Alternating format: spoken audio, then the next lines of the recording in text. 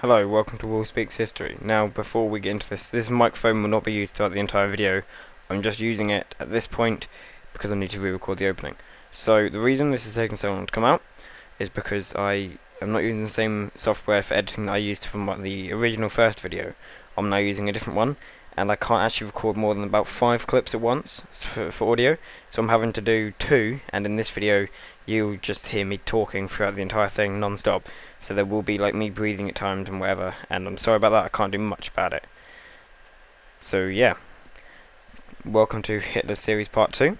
Going to cover his life after the war, being him going into the Nazi Party, him then becoming eventual Führer, and some laws he implemented against the Jewish population after the war. Thank you for listening, and we'll get right in. After Germany's defeat in the First World War, they were limited to a small army. Because of this, many soldiers were removed from the army. Hitler, however, didn't want to leave because it gave him a home and family. Due to a communist uprising in Germany at the end of the First War, the limited army was employed to tackle communist threats. Hitler was employed as an informant, and he would go to parties, see what they were, and report back to the government. A new party was formed in January 1919, and Hitler went to a meeting in September. The group was called the Deutsche Arbeiterpartei, or the German Workers' Party in English. Hitler entered the hall, dressed in civilian clothes, and met with party officials in the back room. Hitler listened to a speech and got up to leave. A man began to speak in favour of a German state of Bavaria, which should leave the German Weimar Republic and unite with Austria. Hitler didn't like this very much and got very angry at the man and shouted at him for about 15 minutes. His powerful speaking got the attention of the party's founder, Anton Drexler, who said famously, "He's got a gift of the gab, we could use him." Drexler handed Adolf Hitler a pamphlet and told him to come back again during another meet. The next day, Adolf was in his barracks and remembered the pamphlet. He read it and found that Drexler had very similar views to his own, a strong nationalist, pro-militarian, anti-Semitic party made from the working class. Hitler received a letter stating that he had been accepted into the party and was joyfully welcomed as a new member, although he was undecided about joining. On the 24th of February 1920, the German Workers' Party changed its name to the Nationalsozialistische Deutsche Arbeiterpartei, the National Socialist German Workers' Party, otherwise known as the Nazi Party. Later the same year, the party officially announced that it only accepted pure Aryan descendants. Hitler's talent as a speaker, combined with his many other talents, soon made him a dominant figure in the Nazi Party. He would speak at 31 appearances in his first year in the party. In 1921, Hitler and Eckart were on a fundraising trip in Berlin when a mutiny broke out within the NSDAP in Munich. The executive committee of the Nazi Party wanted to merge with the rival German Socialist Party. When Hitler returned a month later, he was furious, and he wrote his resignation. The party committee realized that the loss of Hitler would mean the loss of the party. Hitler announced he would rejoin if he replaced Drexler as the chairman, and if the party would remain situated in Munich. He rejoined the party at the committee's acceptance of his offer, and then he began to face opposition within the party, due to them seeing him as a traitor. The opposition had Hermann Esser removed from the party and printed leaflets attacking Hitler and naming him a traitor. Hitler spoke to many groups of people and defended himself and Esser, and he received huge amounts of applause from his actions. On the 29th of July 1921, he replaced Drexler as party chairman to a vote of 533 to 1. Hitler dissolved the High Committee and became the sole party leader. Hitler saw his party as a revolutionary organization and believed he must overthrow the Weimar government, which he saw as being controlled by the Jews and the Socialists. The SA was formed in 1921 and soon began to assault opposing party officials and enemies. In 1923, Germany missed a reparation payment. The French got angry and occupied the Ruhr, which is a heavy industrial region in the north of Germany. During this occupation, the French killed around 130 civilians, and the occupation led to economic chaos, and there was an attempt by the German Communist Party to stage a revolution. This caused a huge rise in Nazi supporters, growing by 20,000 members. November of the same year was when Hitler decided it was time for the Nazi Party to control the government. On the night of November 8th, the Nazis began a rally in a beer hall in an attempt to gather support in order to take over the government. The plan failed, and the local Reichswehr commanders refused to join. The beer hall push, as it is now known, was a complete failure, and the following day the Nazi Party began to march on Munich. The post-war army opened fire and killed 16 of the Nazi Party members. Hitler was arrested and tried for treason, and Hitler received a very lenient sentence and was in prison for a short time, or a small room where he was able to write Mein Kampf, which summed up his views and ambitions. Adolf Hitler was released from prison in December 1924, and in February managed to convince the Bavarian authorities to unban the NSDAP. The party was refounded 6 days later and removed its paramilitary stance. The Nazi Party continued to gain support throughout the 1920s and the early 1930s, and they had huge support. In May 1924, the Nazis had only 6.5% of the vote. In 1928, they had just 2.6. This is a clear lack of support for the party and would make some believe that they were declining. However, in 1930, they had 18.3% of the vote. In July 1932, they had 37%. And then in November 1932, they had 33%. And then in March of 1933, they had 43%. Hitler's constant popularity and rise ended in March 1933, after the Reichstag Decree and the Enabling Act. These were a result of things I will get into in just a moment, but first, Hitler was appointed Chancellor of Germany by President Paul von Hindenburg, and was made Chancellor in January, and within 4 weeks, the first of his dictatorial opportunities emerged. On the 27th of February 1933, the German government building, the Reichstag, was set ablaze, and a young Dutch communist was found at the site named Van der Lubbe. A court was held in order to discuss the fate of Lubbe. He was sentenced to death, and Hitler urged President Hindenburg to pass an emergency decree and began to pursue a ruthless confrontation with the communist parties. After the decree was passed,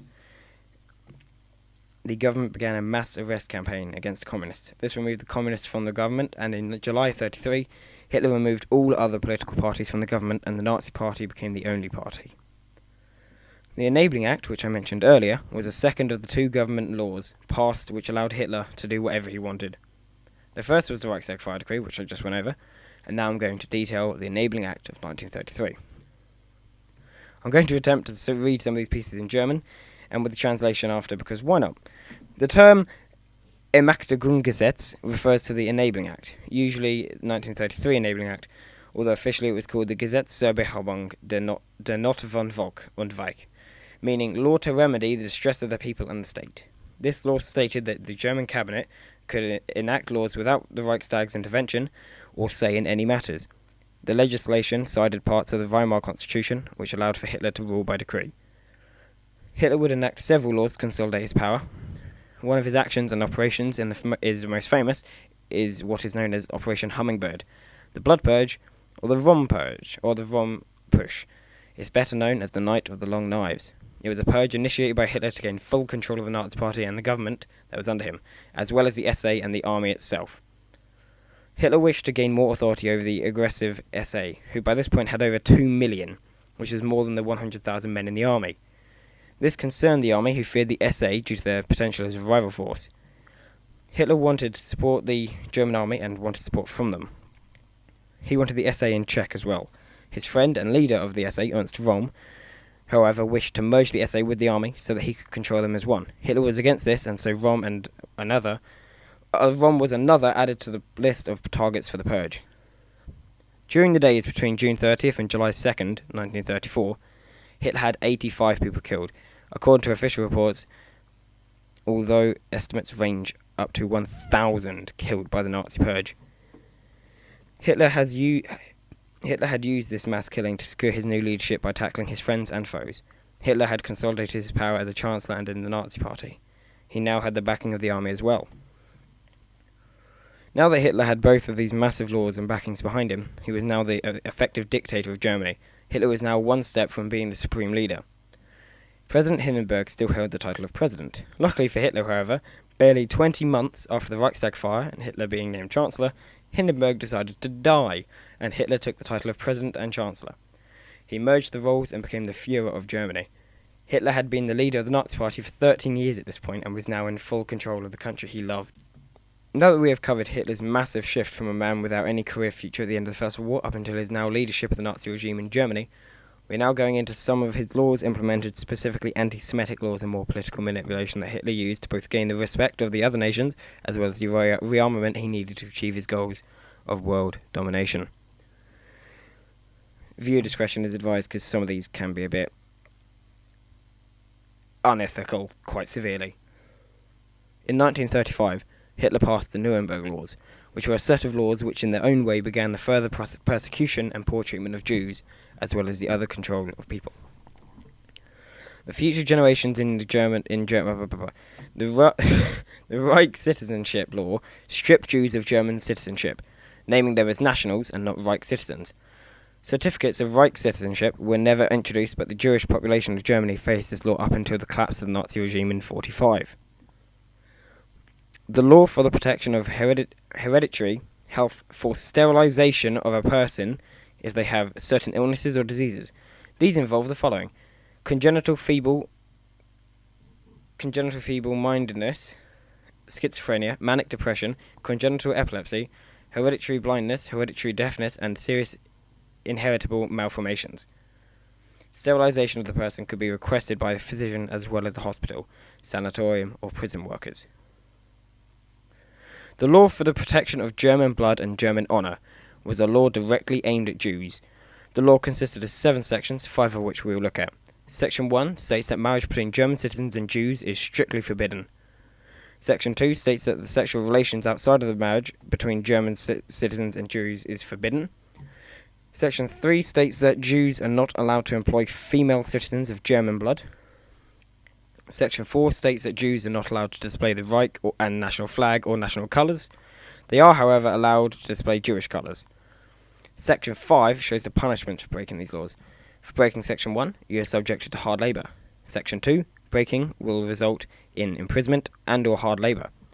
The breaking of Section 3 and 4 results in up to a year in prison, a fine, as well as one of the previous punishments being hard labour or prison time. Throughout 1935, businesses became more accepting of this anti-Jewish law system. Signs stating things like "Jews are not welcome here" became very common, and eventually Jews would be forced to give up electrical equipment as well as bicycles, typewriters, and recorders. These laws began to tighten the noose around the necks of Jews in Germany, and Hitler would continue this tightening and abuse of Jews up until his suicide. In 1936, the Olympic Games were held in Germany, and Hitler had all anti-Semitic posters and signs taken down from the streets of Berlin in order to mask the blatant discrimination. Germany won the Olympics, and Hitler was able to use the Games as a massive propaganda boost. By 1937, more laws are introduced to stop Jews from practicing medicine on certain patients, as well as laws that would further incarcerate habitual criminals and the political enemies in the concentration camps. It was also this year that Joseph Goebbels, the propaganda minister, stepped up his anti-Semitic propaganda with a travelling exhibition that cast Jews as the enemy. In 1938 was the year the Jews were truly persecuted harshly for crimes they didn't commit. Having annexed Austria and parts of Czechoslovakia, Germany was now larger and larger, and had a much larger Jewish population. By November, attacks against Jewish businesses began. In Kristallnacht, Night of Broken Glass, 267 synagogues were destroyed, 91 Jews are killed, and 7,500 Jewish businesses are looted, and the SS and Gestapo arrest 30,000 Jews and send them to concentration camps across the Reich.